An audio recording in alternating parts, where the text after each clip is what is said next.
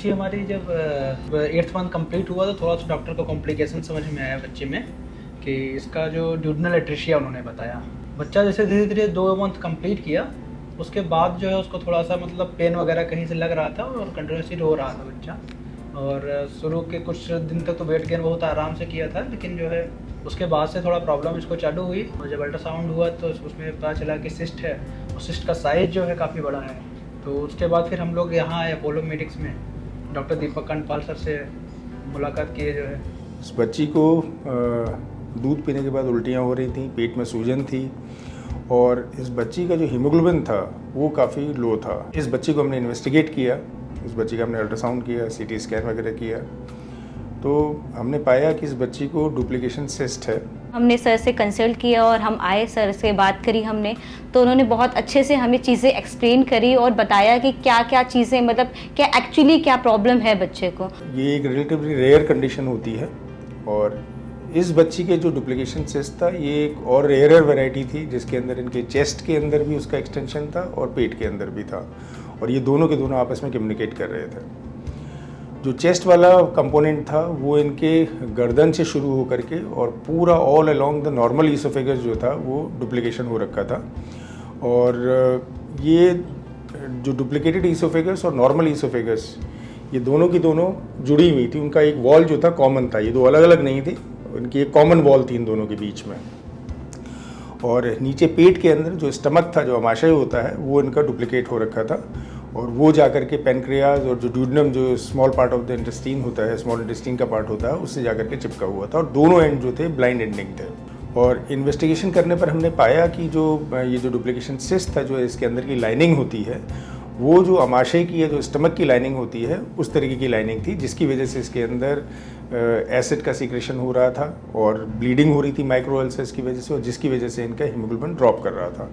और जैसे जैसे सिस्ट एनलार्ज हो रही थी ये स्टमक को दबा रही थी, कंप्रेस कर रही थी, जिसके चलते इस बच्ची को ऑब्स्ट्रक्टिव सिम्टम्स आ रहे थे कि जो दूध पी रही थी वो आगे नहीं जा रहा था और बच्ची को उल्टी हो रही थी, पेट में सूजन आ गई थी, ये सारी चीज़ें थी। Sir has explained us कि this is a very complicated surgery and the prognosis is also not so good. So and sir has said that he can मतलब he will perform the things as it is a very complicated case. और इस cyst को completely remove करने के लिए हमको इनकी पेट से भी सर्जरी करनी थी और छाती खोल करके छाती से भी सर्जरी करनी थी। और इतने छोटे बच्चे के अंदर में एक चैलेंज होता है कि इतना बड़ा सर्जरी जो 5-6 घंटे चलेगा, जिसमें हम पेट से भी एक्सेस करेंगे, छाती से भी एक्सेस करेंगे, बच्चा इतनी बड़ी सर्जरी को टॉलरेट नहीं कर पाता है, उसके लिए रिस्क और कॉम्प्लिकेशंस और मॉर्बिडिटी जो होती है इंक्रीज़ हो जाती है। सर ने हमें मतलब बहुत ज़्यादा बूस्टअप किया और कॉन्फिडेंस भी दिया कि नहीं, सारी चीज़ें बहुत अच्छी होंगी, स्मूथली होंगी। जो हमारे एनेस्थेटिस्ट हैं जो कि ट्रेंड हैं पीडियाट्रिक एनेस्थीसिया में, और हमारी जो न्यूरोनटल इंटेंसिव केयर की टीम है, जो न्यूरोनटोलॉजिस्ट हैं, डॉक्टर्स हैं, नर्सेज हैं,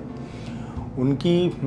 मदद से we were able to do the surgery in one sitting only. पेट वाला जो कंपोनेंट था हमने पेट खोल करके वो सारा